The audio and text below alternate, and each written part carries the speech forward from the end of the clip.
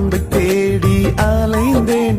அன்பு இல்லாத மனிதரின் அன்பை தேடி வந்தார். இயேசு அன்பை தேடி வந்தார்.